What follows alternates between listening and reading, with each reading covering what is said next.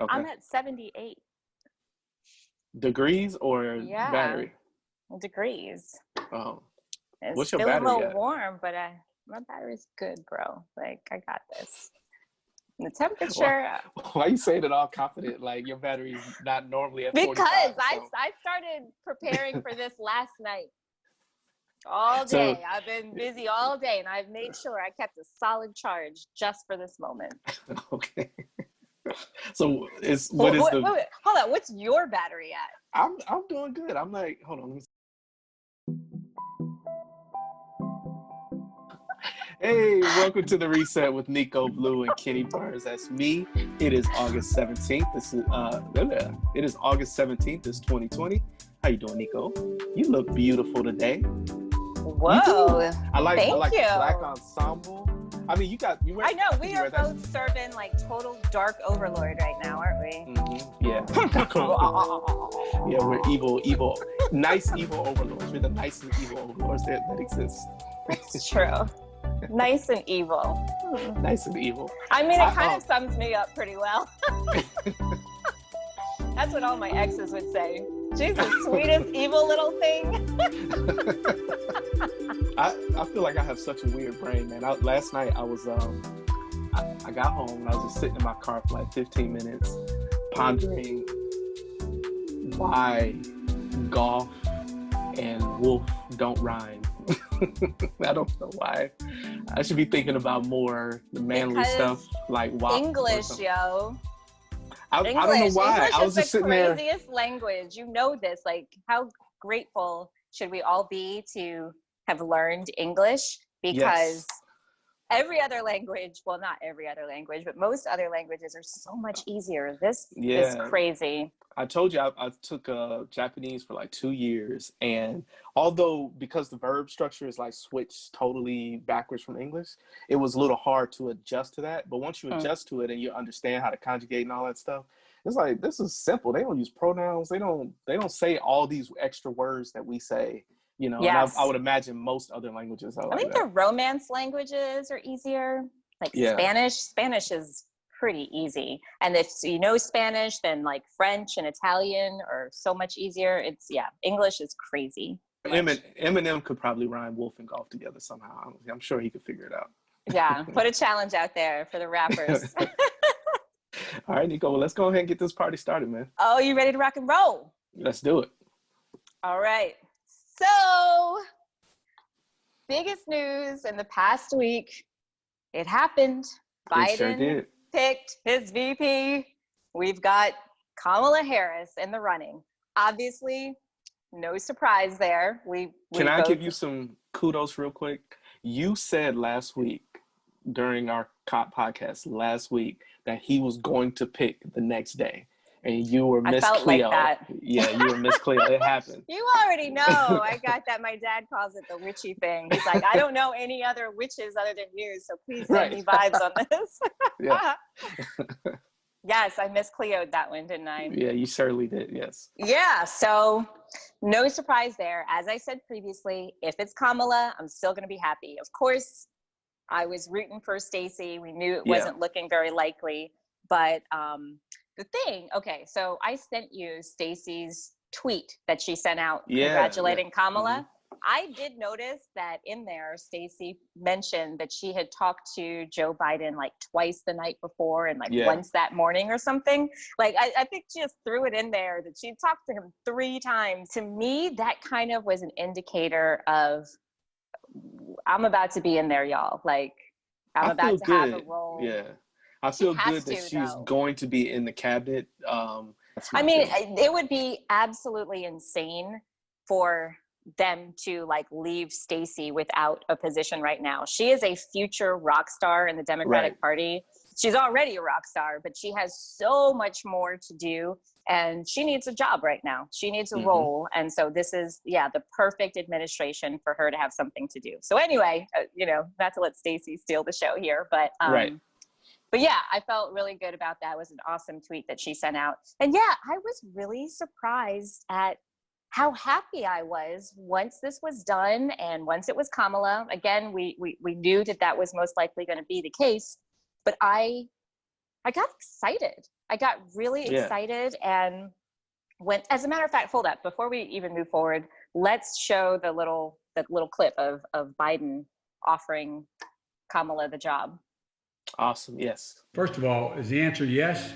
The answer is absolutely yes, Joe, and I am ready to work. I am ready to do this with you, for you. I'm just deeply honored, and I'm very excited. Yeah, so even watching that, like, kind of gets me excited. Now, did you see their first sort of speech together, their campaign? Yeah, I watched the whole thing. Yeah.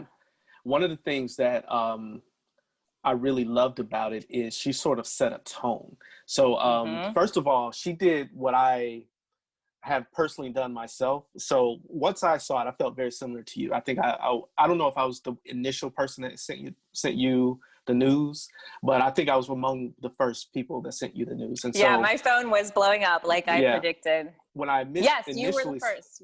I was the first. Oh, okay, yes, okay. Yes, you were. But so when I first saw it, I felt the exact same. I was surprised because I was really wanting Stacey, but when I saw Kamala's name pop up, I was like, oh, okay. It's kind of like, phew! Like, whew! That's what I felt. I felt relief also, like, okay, he did not mess this up. yeah, exactly. That's kind of what I felt. And I was like, you know what? I started going on Twitter. I started seeing what people were saying. And I was like, you know what? I feel like he made the right decision because she's sort of, I wouldn't say she's 100% Teflon, but it's going to be hard to infiltrate her. Oh, yeah. Right now, they're scrambling for attacks. Like, they're all over the place, scatterbrained. Yeah. And so they're not really landing on it. The only stuff they're landing on is like really sexist stuff, you know, and things like that. And then they're getting mad when you call it sexist, which is exactly what it is. You know, if that's all they've got, this is not looking good, you know. Yeah. Joe sort of has this foot and mouth syndrome that I hate.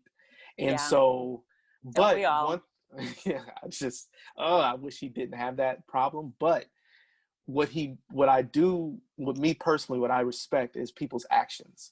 And what I saw, what he did with the Obamas and him being Obama's best friend, you know, and through all those years, and then seeing that he looked at this moment and said, I'm up 9 points. It is me losing is not in the cards really. Like, it could happen, but it's a very slim chance that I'm going to lose. And I'm still going to put forth a Black Asian American woman as my vice presidential candidate. You have to give him kudos for that. And that's essentially what she was doing in her speech, is saying, he did this. Like, he chose me. You know, think about how historic that is. And so I wanted to give credence to her saying that, and that being something that, you know, we do have to, you know, honor Joe for that. He did the right thing. He did the right thing. Yep, he certainly did. I really love that about him. And as we've talked about, I felt like it was just a nod to, come on, guys. Right. I'm not. I know what I'm doing. I'm doing, because, like, you know, things got kind of crazy there at the end, and all the media reports, and he's meeting with this person, and all the Democrats saying they didn't like Kamala, and things got a little touch and go. And I think a lot of people got nervous. People who really knew that it was important for him to choose a Black woman. So it just felt like, come on, guys, I know what I'm doing. And I think also we know that no matter all of the voices that are around him and in his ear, who is the number one voice that man listens to? Obama. Yep.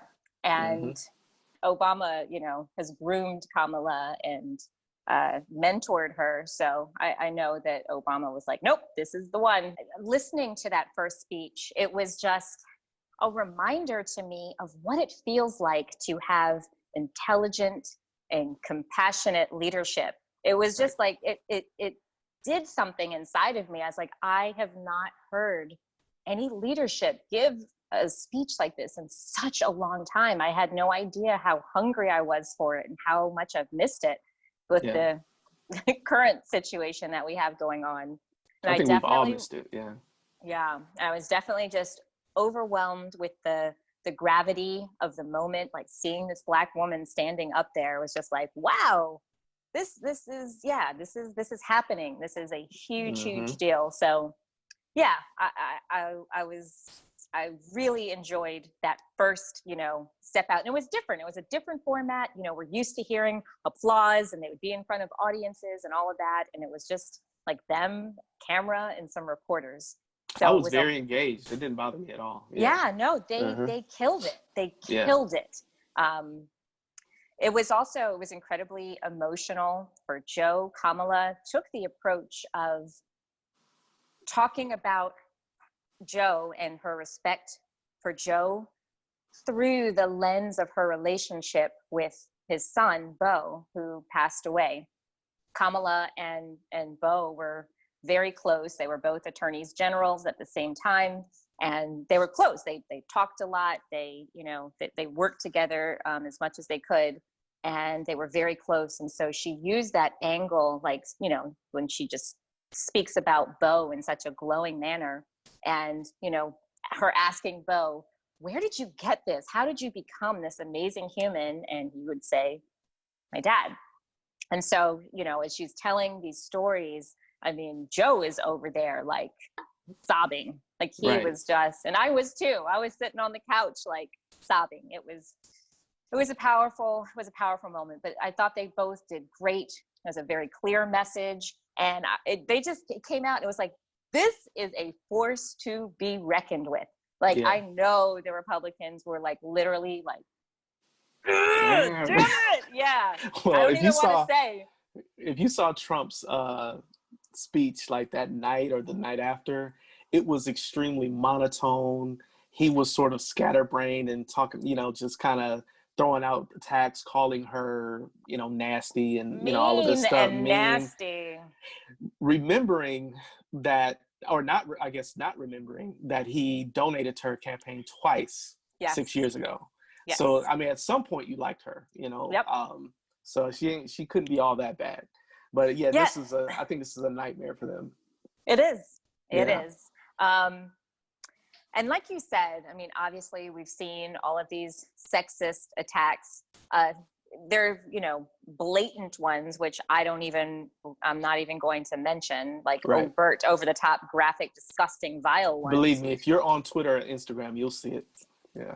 But also just the more subtle ones. I was watching this montage from Fox News and seeing all these different people that were on the news, saying things like, I don't know, she's just not very friendly. I just think she's too ambitious, like I had talked about previously, this ambitious thing, which as if that is a bad thing for a vice president, a potential vice president, to be ambitious. But people kept saying she's not warm. One guy even said, maybe she can warm up a bit and be more charming. What? Like warm up and be more charming? What, like Pence?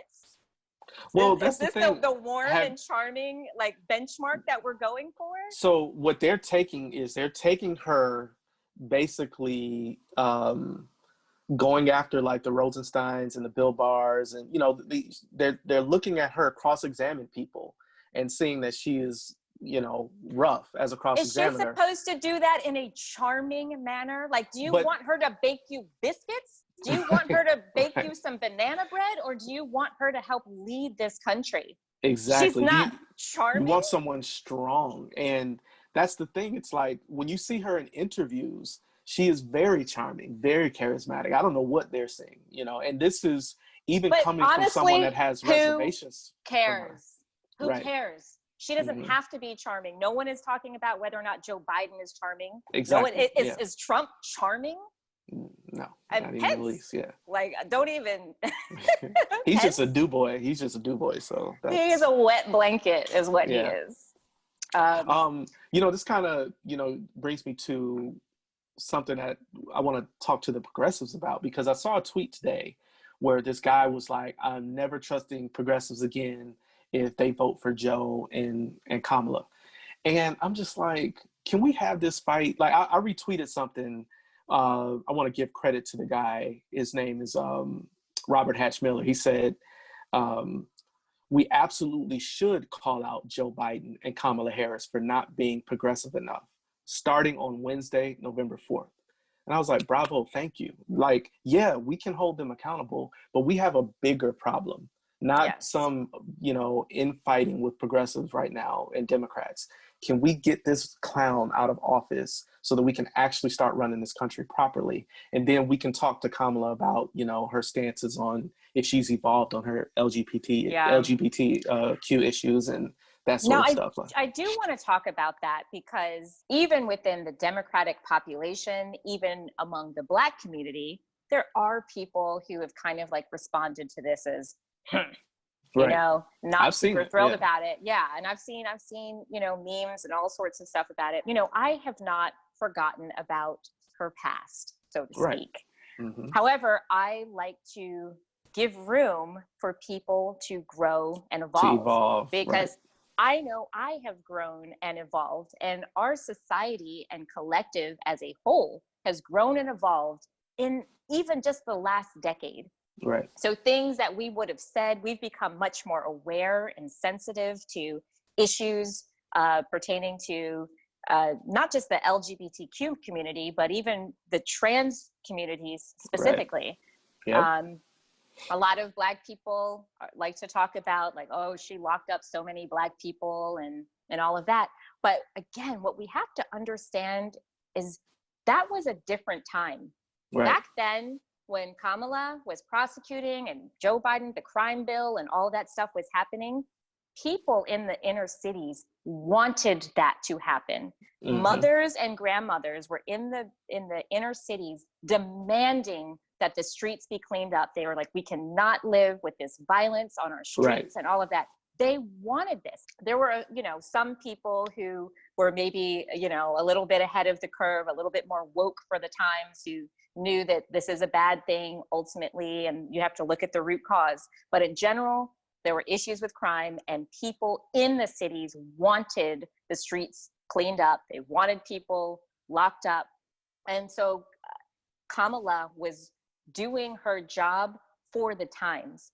Now, since then, we've evolved in our thinking. We've seen the consequences of that and realized, like, okay, we need to deal more with root issues. That's not the way. Mass incarceration is not the move. Right. But the times were different then. We have learned and grown from that. And so I'm trusting that Kamala, just like myself and many other people, I wasn't aware back then. I think I was, I wasn't aware enough. But as I listened to people who were a little bit older and who were more present and aware of what's going on, that's what I hear from them. They were like, no, this was we all wanted the streets cleaned up. We wanted, gang members, and we wanted the violence gone. So anyway, I just wanted to acknowledge that, because that's such a common talking point about her past. And it's like, you have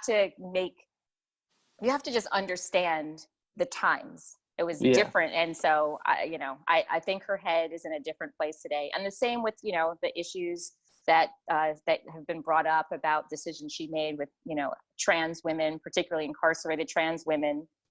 She addressed that. That's another reason why she's so ready for this challenge in the next couple of months, because everything that she went through when she was running for the Democratic nomination, she had to address all of this stuff. She had to address, and she's explained so much of it. So I've seen, we were just talking about, her being charismatic things. I've seen recent interviews with her, and of course, her time as DA in San Francisco still gives me pause. I still think about that. She was the cop that we're trying to defund.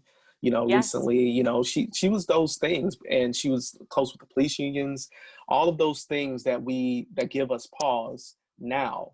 But in the recent interviews that I've seen with her, she has shown an evolution on those topics. She's been asked about them, and she's stated very progressive viewpoints. Now we got to see if she's going to be actionable on those viewpoints and see if the evolution is true.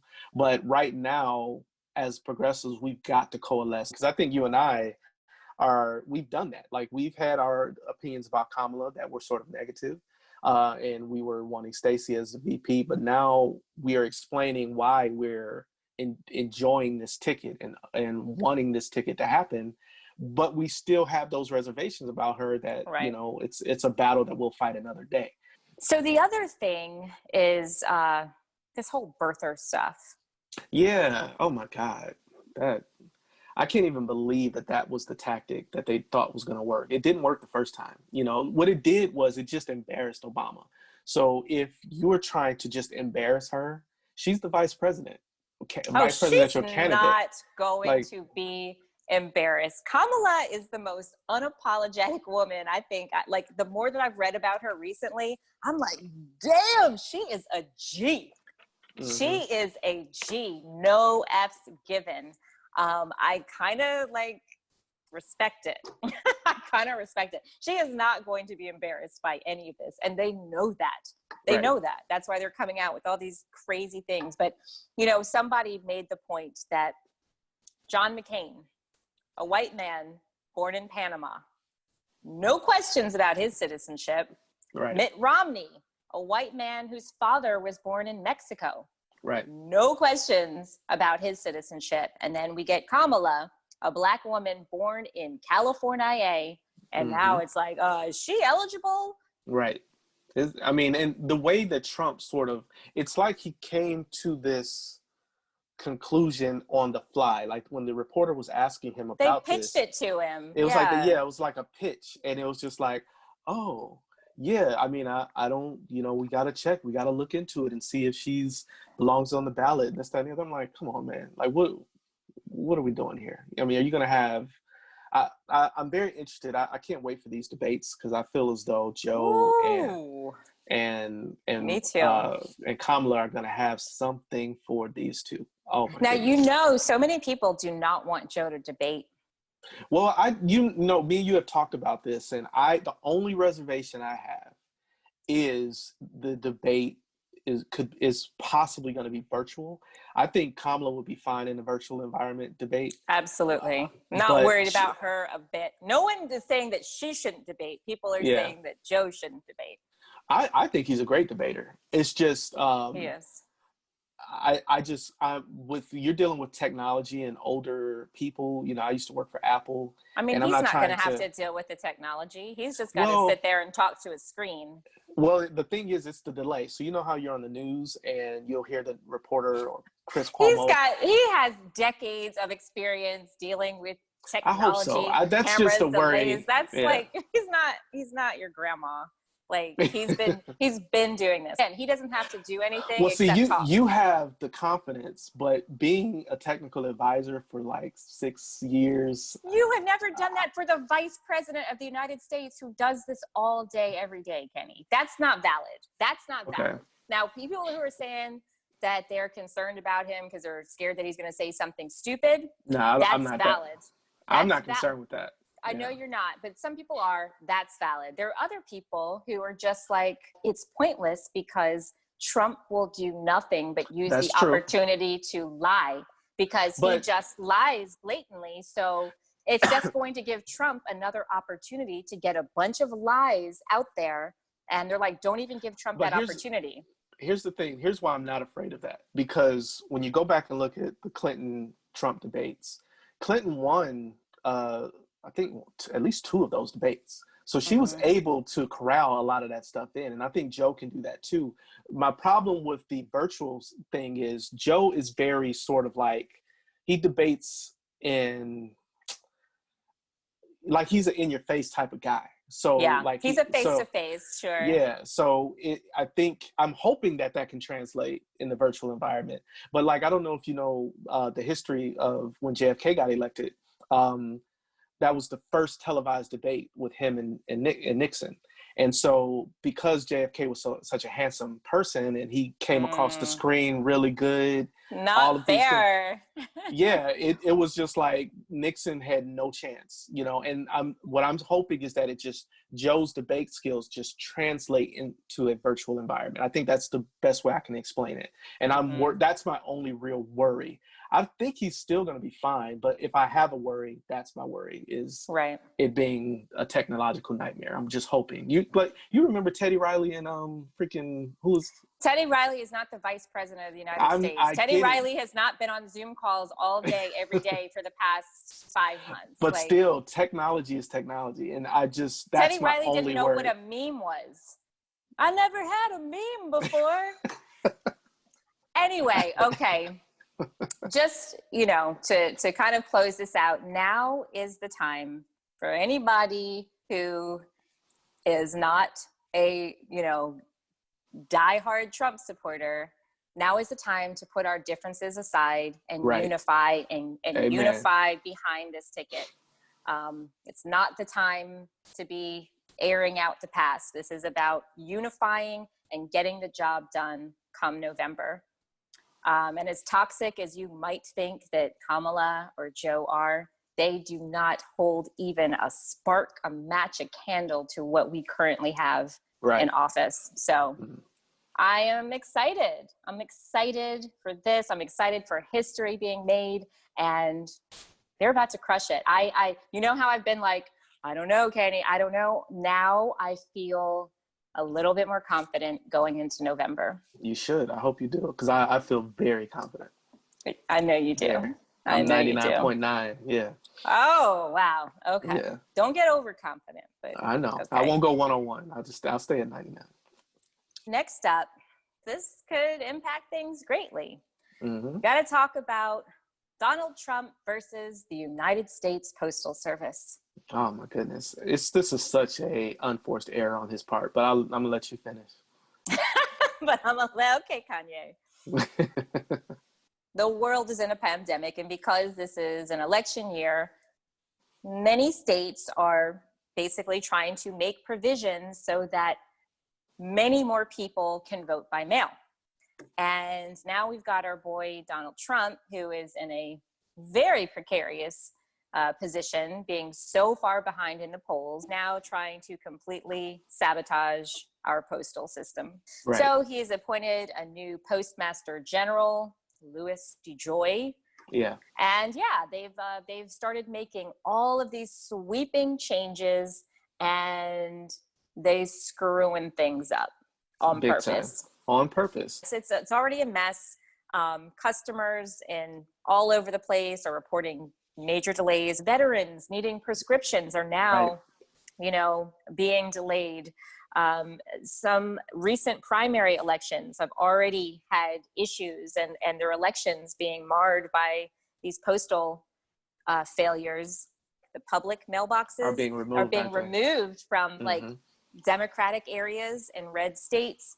Last week on Friday, the USPS officials sent letters to 46 states and DC warning that it could not guarantee that all ballots cast via mail for the upcoming election would arrive in time to be counted, even if they followed state guidelines for mail-in voting.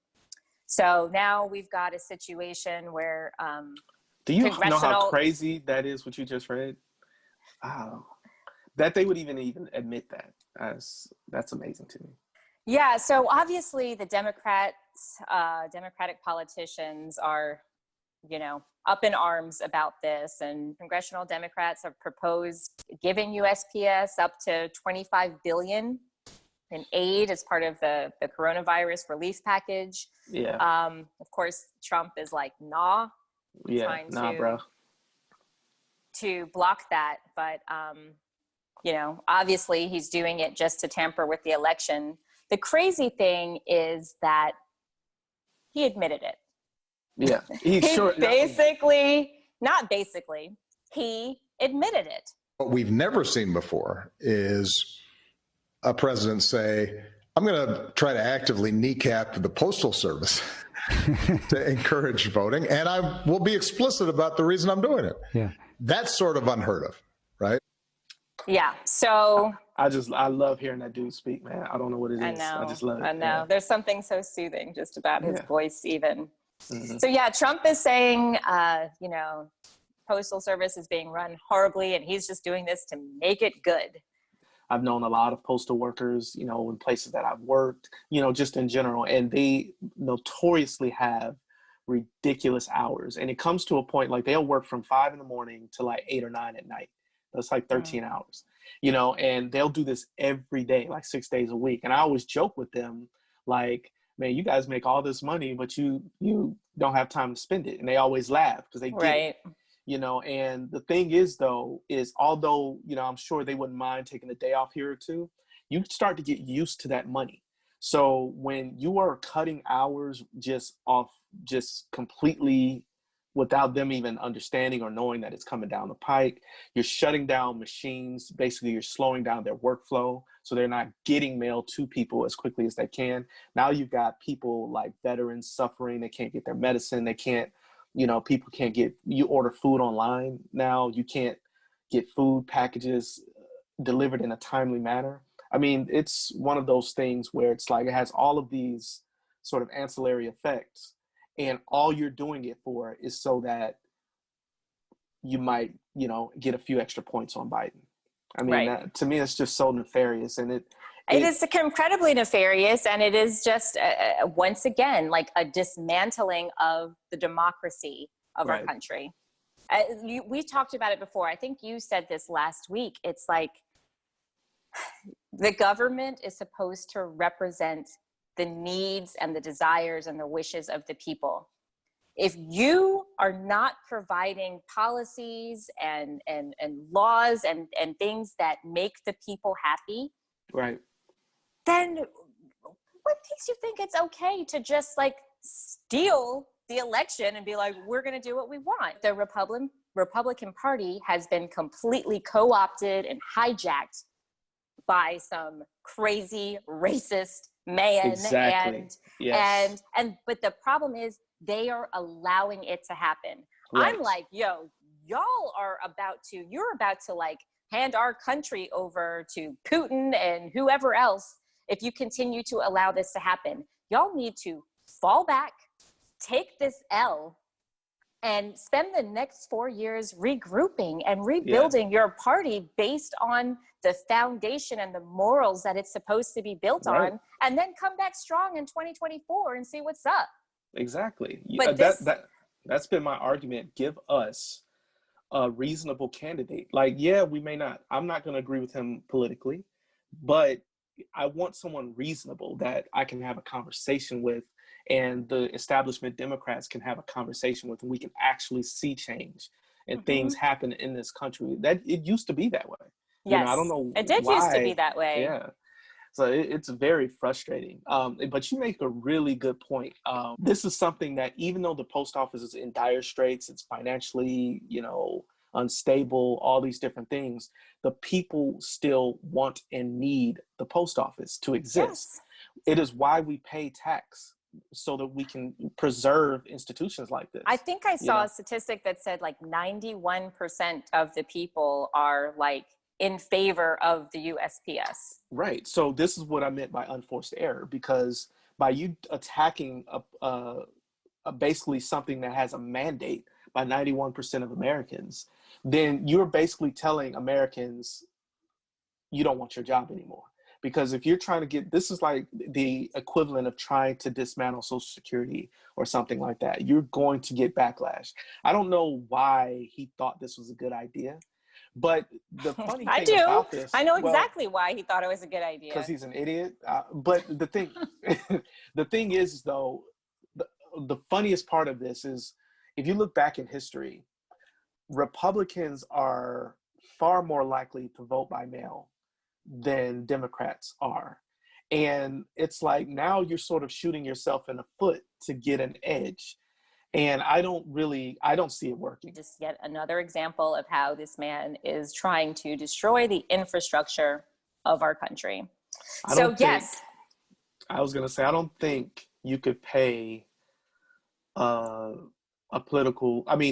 foreign country to do as much damage as I think this man is doing to this country. Exactly. I mean, the key that Putin had was get this man in office. Right. Get him in office and he will destroy everything. And that's not a shock to me. What's a shock to me is that the Republican Party is allowing him to. They are allowing him to. Like, this is not what they want even. Like, why are you allowing this to happen? And it goes the same thing with the DeJoy fellow. It's like, okay, if you're running this shit show, like, at some point, man, you've got to understand that you got to live after, if he does win, you've got to live after 2020. You got to live after 2024. So what is going to be your legacy when this guy, because Right. I guarantee you all of this stuff is going to come and rise to the surface when he's out of office and no longer has power. All the stories, they're already got all these books coming out. You know, his former attorney is coming out with his own book now. All of that stuff is going to rise to the surface. And where are you going to be at on the side of history? Just like we always talk about. Yeah, you're going to be on the wrong side of history. Yeah. You're going down on the wrong side of history. So me personally, I'm not going to mail in vote. I do have my absentee ballot, but I don't want to deal with anything with my ballot being corrupt or something happening to it or being disenfranchised. So I'm personally going. I'm going to go early. I'm going the first day of early voting. But if anyone is going to mail in vote, my roommate is doing it. He got his ballot, and me and him looked it over together. Have someone else look it over with you. Make sure all your T's are dotted. Yes. Your I's are dotted, T's are crossed, and send it in as soon as possible. Do not linger. Don't wait until October. Don't wait until November. Because you just might regret it. I'm going to early vote in person as well. But everyone can't do that. And there are a lot of people especially older people that, this virus and being out in a public situation like that it's dangerous. And so what everybody needs to understand is that you must vote as early as you possibly can. Exactly. If you are voting by mail, I don't know, are there like if you have your ballot now, can you mail it now, or do you have to wait till a certain date? Well, all states are different, so I don't even want to get into that because every state has its own rules. That is true. So everyone just needs to be clear about what the rules are for their state. If you are going to vote by mail, order your ballot now if you haven't already. It needs to happen now. Don't wait, don't delay. As soon as you get it, fill it out. Follow the directions, see if you can mail it immediately, and mail it immediately. And I'm going to do the same thing as you. I'll be early voting in person. If you are going to vote in person, also do it early. Early. Yep. Vote early. That is the key messaging here. The key here is vote early. Yes. Can I say one thing before we move to the next topic? Absentee ballots and mail-in voting is the same thing. I just want to make sure that anybody that follows Trump or listens to anything he says that may watch this understands that they are the exact same thing. Good point. He, according to him, he thinks absentee balloting it's fine. It's fine. But not mail-in voting. But not mail-in voting. Yeah, which is the same thing. So whatever. Make it make sense, Kenny. Make it make sense. Whoo. Okay. All right. Let's transition. I don't know how to talk about this. So we're going to talk about the new song and video put out by Cardi B and Megan Thee Stallion called WAP. WAP. W-A-P. WAP. Why don't you tell the people what WAP stands for the one person who might not know? It stands for Wet A-P. Does that translate? Wet ass, and wet then ass, the P word. Yes. So this is a new song that Cardi B, Megan Thee Stallion, two of just the top hip hop rap artists out at the moment. They're both killing the game, and super cool thing that they came together and did this song together. It is, blown up the charts. They debuted #1 on the Hot 100. It's #1 on Spotify. People really like the song. And the video, the video is just hot to death. Hot to death. It is an unabashed celebration of female sexuality. Right. And I love it. First of all, I really like both of these women. Yeah, I'm a fan of both of them as well. Yeah, I don't really like this. I mean, I don't like this song for the reasons that other people dislike it. I just don't. I'm just not into the song.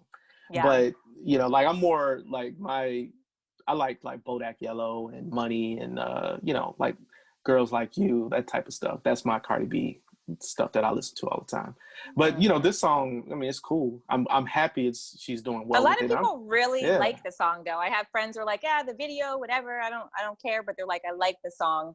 Yeah, I'm like, it's cool. It's nothing that I would probably like, you know, be like intentionally bumping or whatever. Right. But I do enjoy just the thing that I think I enjoy the most about it is, for so long it seems like in hip hop, in terms of like female rappers, it was always been like there can only be one, which is the most ridiculous thing ever. Yeah.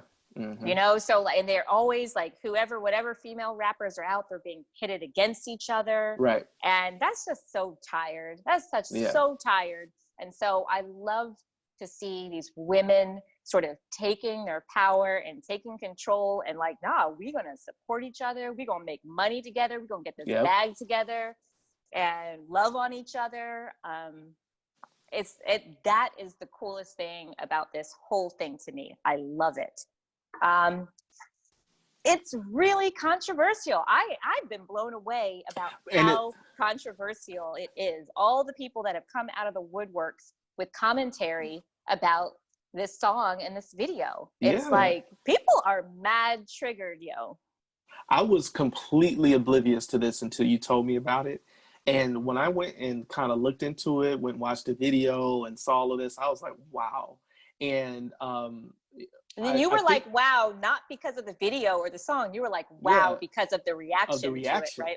Because I grew up, you know, I was a teenager in the 90s. And it's like, I remember 2 Live Crew. I remember when I would play a 2 Live Crew album or something like that.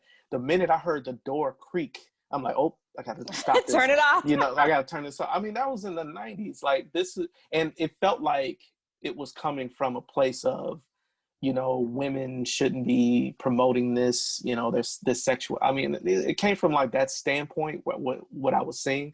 But for me, I'm like, guys have been doing this for forever, you know, and I'm like, to me, if you like the song, just like the song. If you don't like the song, just don't listen to it. I don't really have an issue with the song at all. I think even what they were wearing, what they were doing, Anaconda came out, 3 or 4 years ago? I'm like, Nicki Minaj, that song was 6ix9ine just had a song with Nicki Minaj in it, where Nicki is practically naked.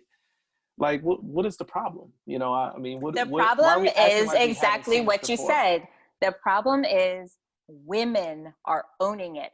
When women are objects in men's videos and they're naked and twerking and all of that, nobody's got a problem with it.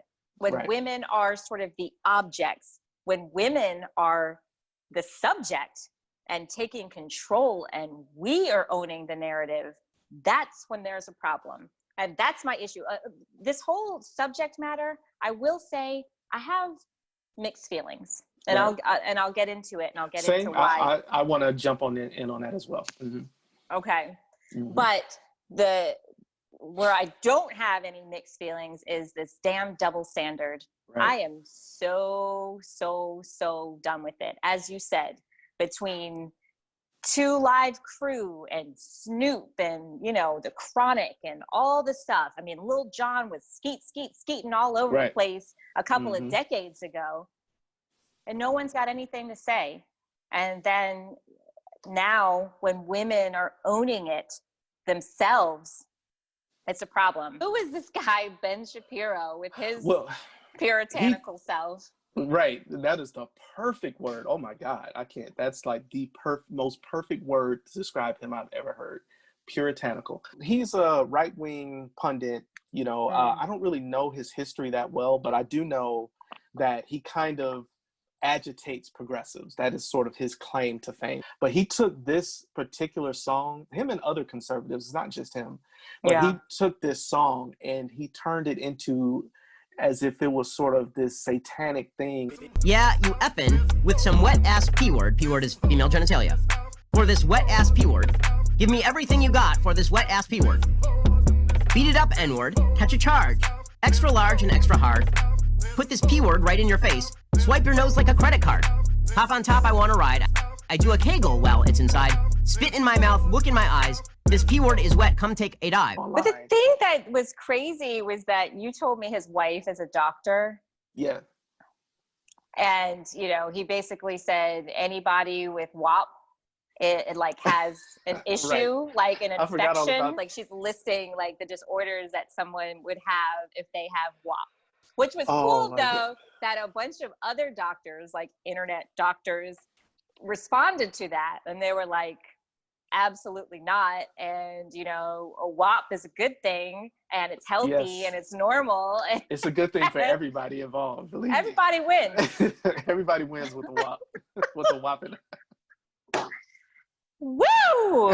Okay, so my favorite one from these conservative people was Congressman James P. Bradley. Oh, yes. He said that he heard the song accidentally, Sure. and it made him want to pour holy water into his ears.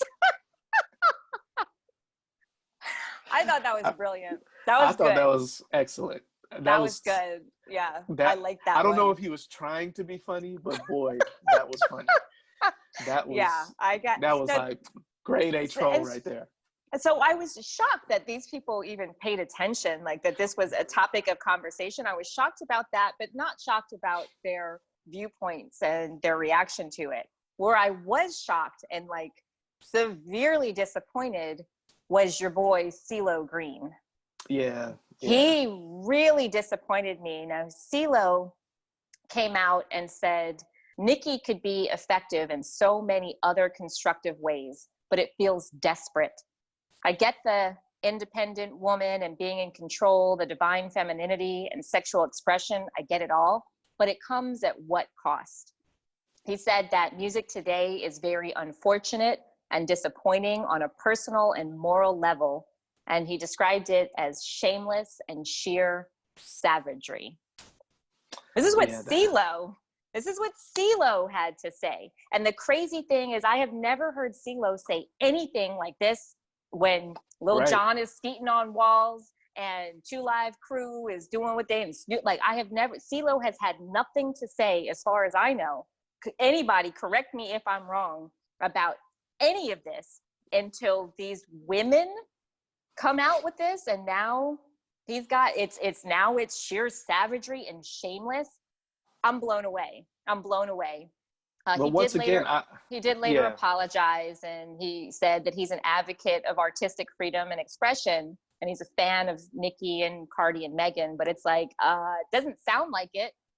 I feel like there was so many better ways. Like you and I were alluding to earlier, talking about, you know, we do have some reservations. Like for me, I don't mind. This does not bother me. You know, this type of song, you know, anything Nicki has done with Anaconda, you know, I could turn a blind eye. It might not be for me, but I'm like, okay, it's cool. It is what it is. What I don't like in terms of like just the sheer art form and as a sort of connoisseur of hip hop, you know, from the 80s and 90s and what I'm into, I don't want your entire album to encompass this, because to me, you know, it's just like, for me, 2 Live Crew was kind of a different breed because they made their living off of that type of music. So that was kind of their thing. But, you know, if you are known, like Nicki Minaj to me is extremely talented. Like, you know, she is a great rapper in my opinion. And so why is it okay for 2 Live Crew and not for Cardi? Well, I'm saying, Megan? no, I didn't say it wasn't okay for Cardi or Megan. I'm saying in terms of like an entire, I'm talking about hip hop as a whole.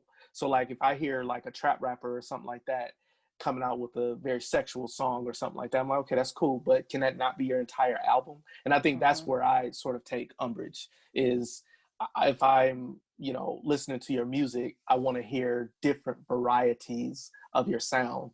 And if a sexual song comes into that purview, that's fine. But if that's the whole thing, it's going to turn me off quickly. You know, that's where I take reservation with this type of music in hip hop in general. Is it like you make it sort of your whole thing, your whole album or something like that? So yeah, I have mixed feelings, because like I said, I love the fact, like I love women just owning everything about themselves. Women have been oppressed since the beginning of time, and it's just, that shit is over with. We are done with that. Now is the time for the rise of femininity, and it's something that everybody should want, because the world will be a better place when there is balance between the masculine and feminine. Patriarchy is not working,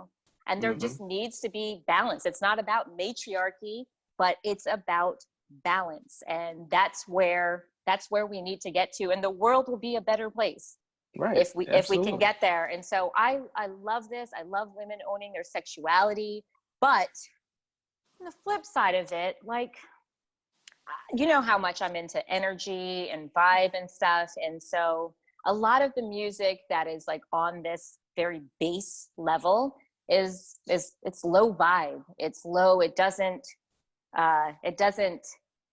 like inspire us. It doesn't, you know, elevate us in any way. And not that all music has to, but I try to, I'm a person who is very discerning about what I allow into my energy field, from media to music to people to food to everything, because it all affects you. It affects, you know, how you function, how you operate, how you think, what you can do, what you can achieve, how you move. It just affects everything.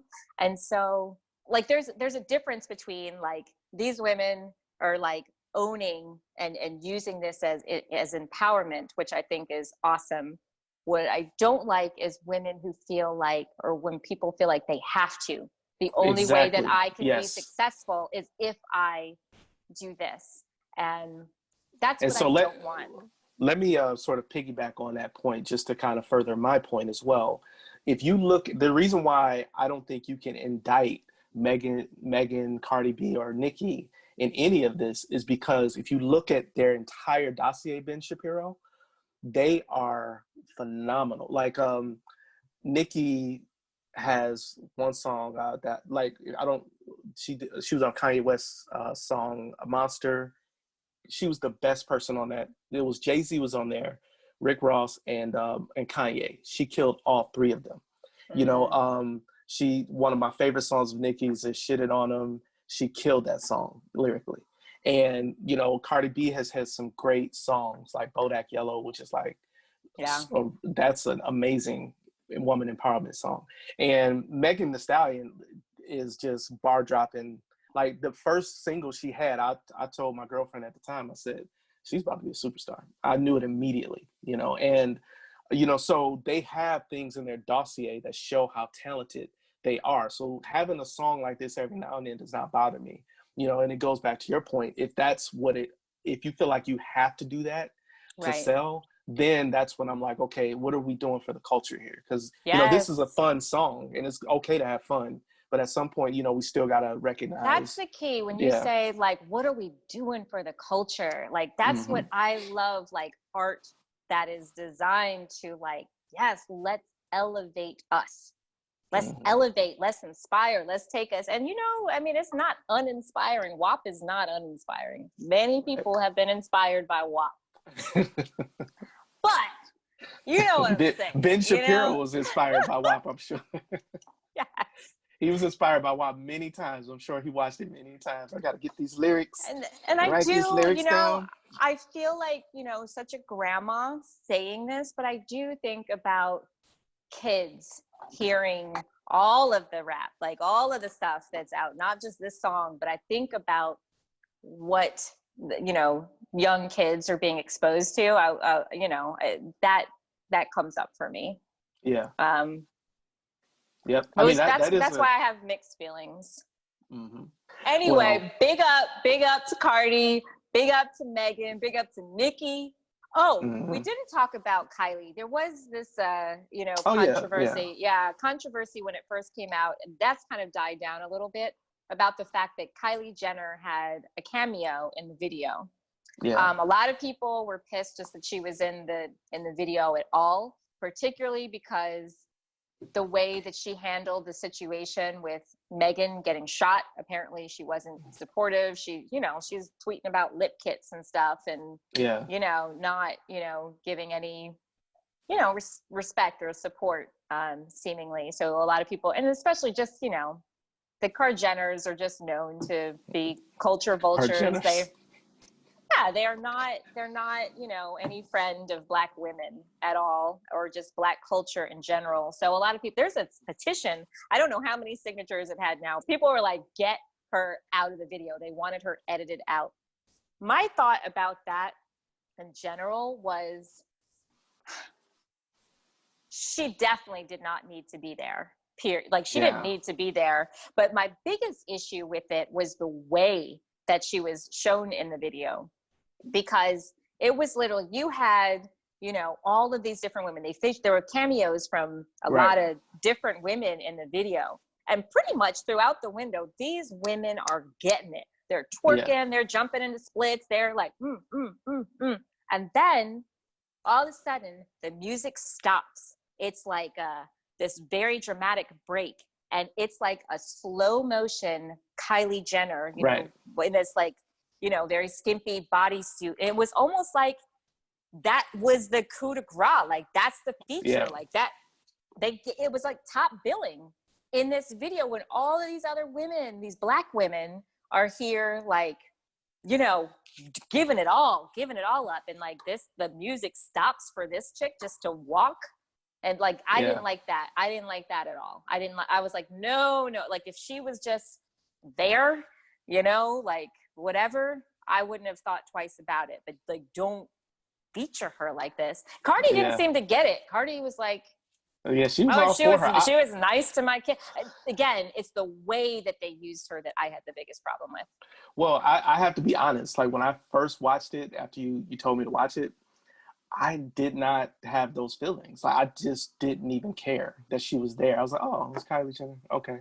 And I just kept watching the video. Nothing even registered that I should be in outrage about this. I have to be honest. And so I was thinking about it. I'm like, you know, for me, when it comes to, I guess, the outrage about her in terms of her support for Meghan, I don't know, because it's like, we don't know what happened behind closed doors. I think I told you this. But it's bigger than that. It's bigger than Meghan. It's about their and her entire history with Black people, Black women. I mean, they have made careers out of, like, marginalizing Black women. The whole family, like, this is not even just unique to Kylie. So it's more than even just what that, you know, shooting night. I get it. I don't think I signed a petition, but I get it. Right. I don't care that much.